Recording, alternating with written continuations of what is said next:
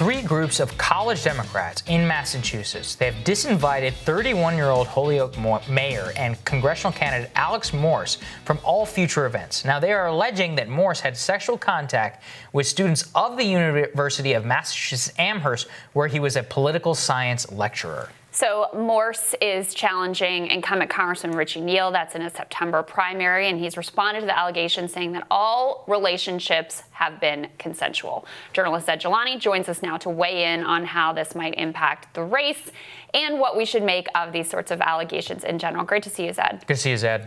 Great to be here. So Zaid, just break down for us what you thought about this. And I just want to add a little bit more of context to the conversation. So these student groups initially put out a letter. It was fairly vague in the allegations. There were allegations that some of their social media interactions were uncomfortable and that there had been relationships with some of the students at the university. Boston Globe had probably the most specific details about what exactly the allegations are. One student who had a sexual encounter with Morse found out afterwards that Morse is a mayor and university lecturer, the letter said, and the student felt uncomfortable at learning this information. The students Morse contacted on social media also said they felt pressured to respond due to Morse's status. So what do you make of this, Zaid? Look, I think that there's a few things going on here. First, I think it's important to note for everyone who's seeing this story, because I think sometimes people just read the headlines, they think, oh, sexual misconduct, that's bad news, so on and so forth. We're talking basically about a young guy. He was elected mayor at, I believe, 24 years old. Basically, he was going on dates with people. He was flirting with people. We're talking about dates between adults, right? And none of them, as far as I know, were his students. So he didn't have any kind of conflict of interest. He didn't have any way he could extort anybody or, there's policies at the university he taught at. There's policies at most universities against that. But there's no policies anywhere that I can think of, maybe Liberty University or somewhere way out on the right, that says that a lecturer or an adjunct professor, as he was, can't date someone who happens to be a student. We don't even know if it was an undergraduate student. It could have been a graduate student. It could have been people exactly his same age, because he was, like I said, he was in his early 20s when he was elected mayor. And it's so odd to see behavior that I'd say 95% of Americans find to be fairly normal. Young gay adult is going out on dates with other young gay adults. And maybe the dates weren't great, or maybe he did some awkward flirting or something. But it's really a matter of his personal life, right? It has nothing to do with politics. I've heard, the DSA chapter, there was a DSA chapter that unendorsed him over this, right? To me, it has nothing to do with the actual issues under contention, right? We're talking about a race that will decide the power over things like tax policy, over foreign policy, over healthcare. Those issues are all being sideswept so that we can put someone's personal love life under a magnifying glass. And okay, if you go out on a date with someone and you thought they were a jerk or something and you regretted it, okay, fine. But that's your personal matter. Why are you bureaucratizing this, taking it to an organization 3 weeks before a man's election to smear him? To me, that's really escalating what should be kind of someone's private life, what happens in their bedroom, into the political arena in a way to smear him. And I just don't think that's fair. I completely agree with you. I am heartened to see people on the left waking up to how BS Me Too allegations can be used for political purposes. But Zaid, let's break this down, because it's not just in this particular case. We were talking a little bit in the break. There's also been some allegation against Shahid Buttar. And in both cases, we have seen people who are supposedly on the left who agree with the economic principles. Let's remember who Morse is running against, right? Richie Neal. This is a person who, and one of my favorite monologues highlighted, he threw a birthday party for AIG in the committee hearing room. I mean, this is kind of who we're talking about here. And yet they are disavowing him because of these allegations. What's happening? Look, I mean, with Neal, he has a history of doing things that impact millions of people's lives. I mean, at one point he was sponsoring legislation to ban the IRS from setting up free tax filing, right? I mean, think about how many poor people would benefit from being able to do that instead of going through this bureaucratic process with H&R Block, which, by the way, finances Richard Neal's campaigns. Instead of talking about that, something that impacts millions of people, we're putting people's private lives under a microscope, as if, now the political left is taking up the role that Jerry Falwell and Pat Robertson used to play, right?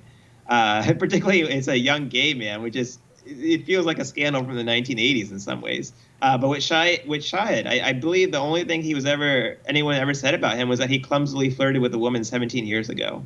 I mean, literally, it was 17 years ago. He's bad at flirting. Maybe he's a bad date. Maybe he's not a great romancer. Okay, that's fine. He didn't break any law. He didn't violate any norm. And what's crazy is that these are such important matters. I mean, even if somebody does find this behavior to be distasteful, let's say somebody just says that someone who's an adjunct professor or a lecturer of zoning, I think he was at UMass, shouldn't be dating any student, even if the student was the same age as them or whatever. Let's say that's their norm. Can't you weigh pros and cons? Can't you look at the bigger picture here? You're really going to sacrifice massive, perhaps public policy differences over a very remote, aspect of somebody's personal life. I think this whole idea that the personal is the political, that every aspect of someone's personal character has to be pure, it has to align with some ideal. It's really disparaging what our democracy is about, because our democracy is having all kinds of people from all kinds of backgrounds represented in government and ultimately working together to solve social problems. I think when we start personalizing things and establishing really, frankly, insane purity tests onto the personal lives of people, we're missing the bigger picture. And I think right now, if you're a mega bank, if you're the pharmaceutical industry, if you're the Israeli government or Saudi government, and you tend to be more supportive of one of these incumbents, then you're probably laughing all the way to the bank when you're watching these incumbents get torn apart by their own side over relatively trivial personal matters. I mean, let's remember, Richie Neal wants to make BDS illegal. He's on the legislation to penalize people who use BDS. If you're a child in Gaza who lives under occupation or in West Bank lives under occupation, you're not, your human rights are being violated. Do you really care what kind of dates Alex Morse went on? I don't think that's such a trivial matter, even if you do find it distasteful. And by the way, I'm Pakistani, so we're the original Victorians. We're more Victorian than the Victorians, I think.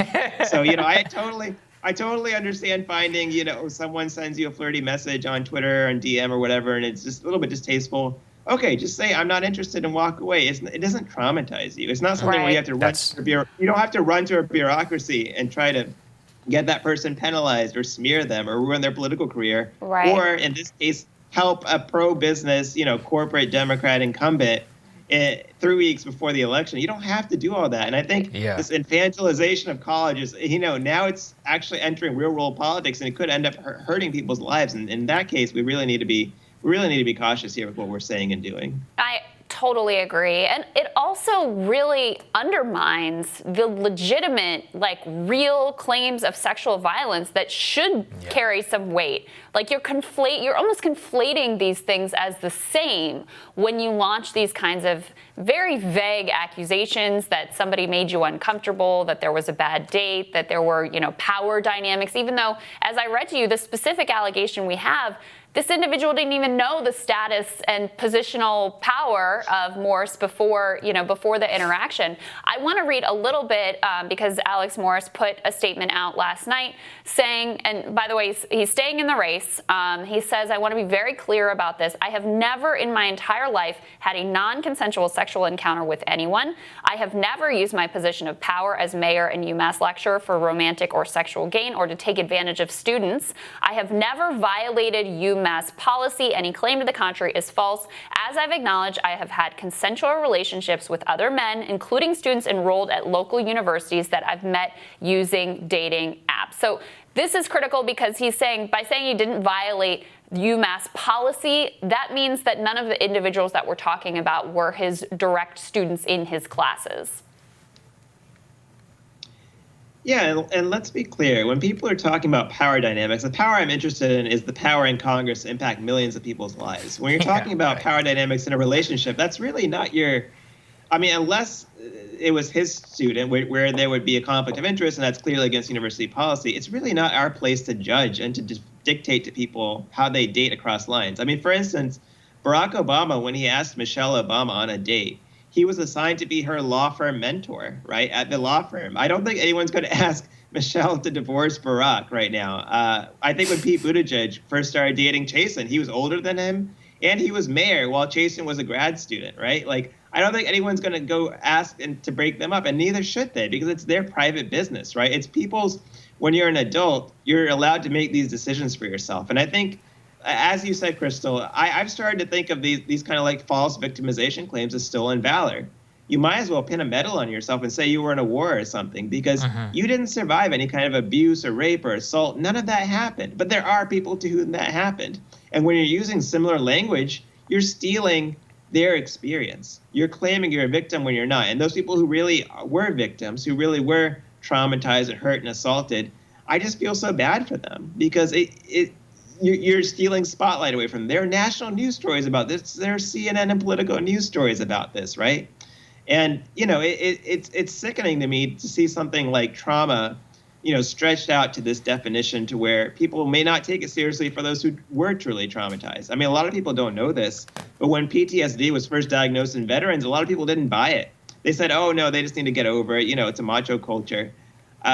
Scientists had to take brain scans of those veterans to Congress and show people that they had, different formations in their brain. They actually had trauma was about like physical injury to their brain.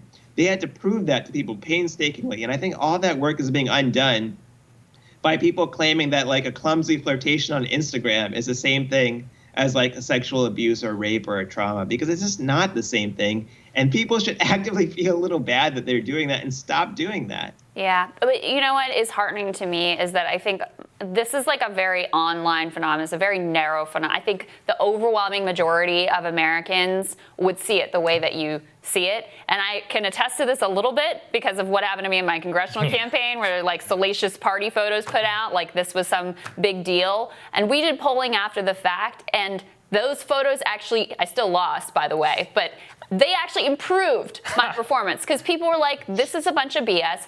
Who cares what she did at a party when she was 22 years old? Certainly not us. So some cause for hope, even though it's a very disturbing trend on the left. We'll see. Zaid, always great to have your perspective. Thank you. Thanks, Zaid. Next on Rising, New York Times economic reporter Jim Tankersley. He explains why lawyers are the biggest beneficiaries of President Trump's executive orders. He also talks about his new book. That's when Rising continues.